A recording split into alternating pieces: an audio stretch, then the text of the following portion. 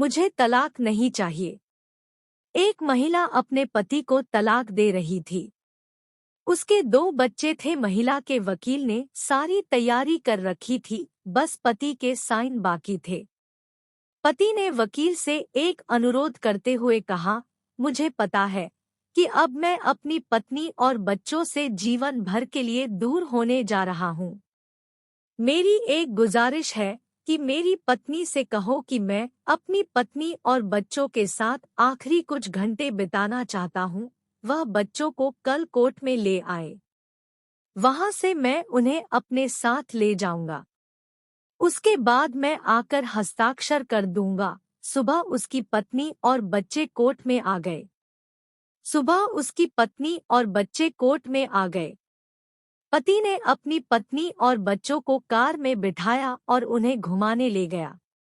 बच्चे कभी माँ से लिपट कर प्यार करते तो कभी पापा से लिपट जाते, कभी आइसक्रीम खाने की जिद करते तो कभी पार्क में जाने की जिद करते।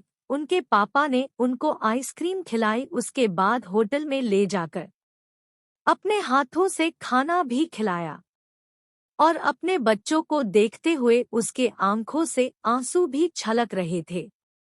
फिर अपने बच्चों को पार्क में ले गया। वहां जाकर बच्चे खुशी से खेलने लगे और साथ ही अपने माता पिता से लिपट जाते और माता पिता भी उनसे प्यार करते थे। फिर पापा ने अपने बच्चों और अपनी पत्नी के लिए ढेर सारे गिफ्ट भी खरीदे और बच्चों को कार में बिठाकर कोर्ट की तरफ चल पड़े। बच्चे अपने पापा कहने लगे, पापा पापा हमें नानी माँ के घर नहीं जाना, हमें अपने घर जाना है। माँ से कहो ना कि वह हमें अपने घर ले चले। काफी समय बीत चुका था और वकील बार बार फोन कर रहा था कि कोर्ट बंद होने वाला है।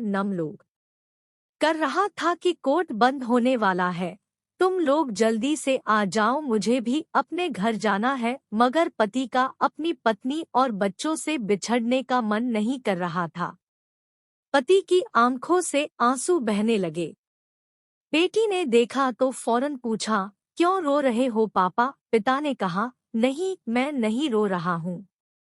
मेरी आंखों में कुछ चला गया है। रास्ते का सफर बड़ी जल्दी खत्म हो रहा था और ना चाहते हुए भी कोर्ट पहुंच गए। बच्चों ने कहा, हम कहाँ जा रहे हैं? यह हमारा घर नहीं है, हमें अपने घर जाना है, और रोना शुरू कर दिया। पिता ने अपने आंसुओं को रोकते हुए दबी आवाज में कहा, बेटा अभी चले जाएंगे घर, बस यहाँ थोड़ा सा काम है। कमरे में पहुँचते ही वकील साहब ने कागजों पर हस्ताक्षर करने को कहा, जिस पर पत्नी ने वकील से कहा, मैं अपने पति से तलाक नहीं चाहती, मैं अपना केस वापस लेती हूँ। इसके बाद पत्नी और पति दोनों ने एक दूसरे से माफी मांगी कि वह दोनों अपनी अपनी जिद की वजह से अपना घर बर्बाद करने चले थे।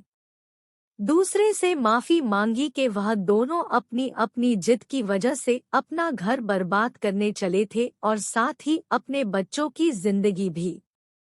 अपने अहंकार को थोड़ा अलग करके किसी और की सहायता लेने के बजाय पति पत्नी खुद अपनी समस्याओं को सुलझा ले तो कई गलतफहमियां दूर हो जाएंगी और कई रिश्ते टटने से बच जाएंगे। _ मेरी कामना है कि यह बात लोगों के दिलों तक पहुंचे और वे अपने अनमोल रिश्तों को खोने * से बच जाएं। *_